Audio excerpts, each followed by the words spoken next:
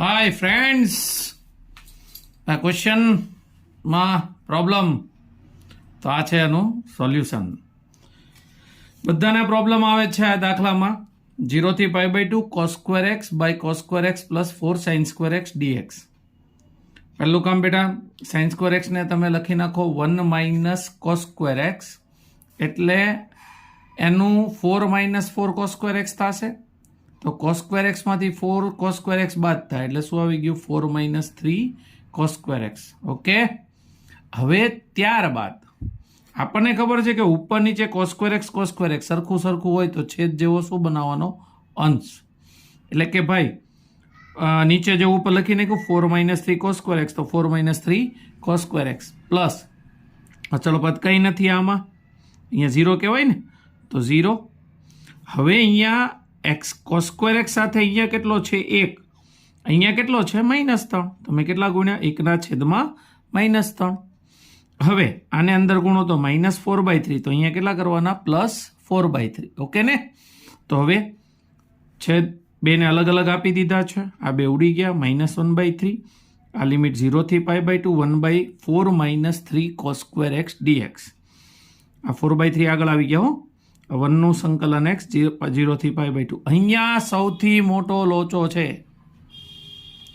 અહીંયા દીકરાઓ આ cos square x છે, આ 4. જો આ આપણું આ જ સ્વરૂપ હતું ને, એને મેં પાછું રિપીટ કર્યું છો, લખ્યું છે બે જગ્યાએ, પણ મેં એક ભાગલા કર્યા 0 થી π/4 ને π/4 થી π/2. એ બહુ એટલે બહુ ઇમ્પોર્ટન્ટ છે બેટા. આ જો નહીં કરો તો અટવાઈ જશો. એવું કરવાનું કારણ, અહીંયા ઉપર નીચે tan square x વડે ભાગો ને તો tan 0 0 થાય ને tan π/4 1 થાય.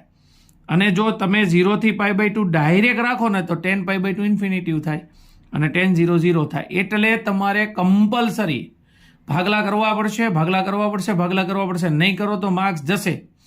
અહીંયા મેં તમને sin square x વડે ભાગ્યું. શું કામ? cot π/4 1 અને cot π/2 0. એટલે દીકરાઓ આમાં cot x બરાબર t અને આમાં tan x બરાબર v. uv ધારીને આ દાખલો થશે. આ દાખલો ઇમ્પોર્ટન્ટ છે 4 માર્ક્સ માટે. એવો ને એવો જ આપણો આ ઉદાહરણ છે ચોપડીનું, ખ્યાલ હોય તો. એમાં પણ એ જ માથાકૂટ છે. જો 0 થી π ઉપર x દેખાય છે એટલે પહેલું કામ સમીકરણ 1, x ની જગ્યા π - x લખ્યું. ત્યારબાદ આપણે શું કર્યું?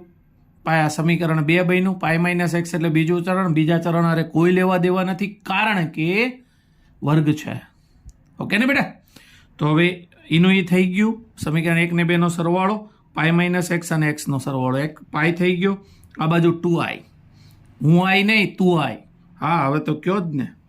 હવે આ 2π કેમ થયું? ઓલો રૂલ્સ યાદ હોય તો x ની જગ્યાએ તમે π - મૂકો તો એનું એ જ સ્વરૂપ રહે. તો મેં કીધું તું અડધું કરી નાખવાનું, ડબલ થઈ જાય. ડબલું લઈ લ્યો. થઈ ગયું. તો 2 ઉડી ગઈ, π વધ્યો. સેમ પ્રોસીજર ઉપરની આ બંને પ્રોસીજર સેમ છે. દેખાય છે? 0 થી π/4, π/4 થી π/2. આમાં cos square x વડે ભાગવાનું, અહીંયા બી cos square x વડે ભાગ્યું. આમાં tan x બરાબર t ધારવાનો, આમાં બી tan x બરાબર t ધારવાનું, આમાં cot x બરાબર t અને આમાં cot x બરાબર t. આ બહુ ઇમ્પોર્ટન્ટ દાખલો છે, હોટ ફેવરિટ છે. મહેરબાની કરીને ના મૂકતા. ને બીજો log 1 + cos x વાળો જે દાખલો છે એ કરજો. Thank you.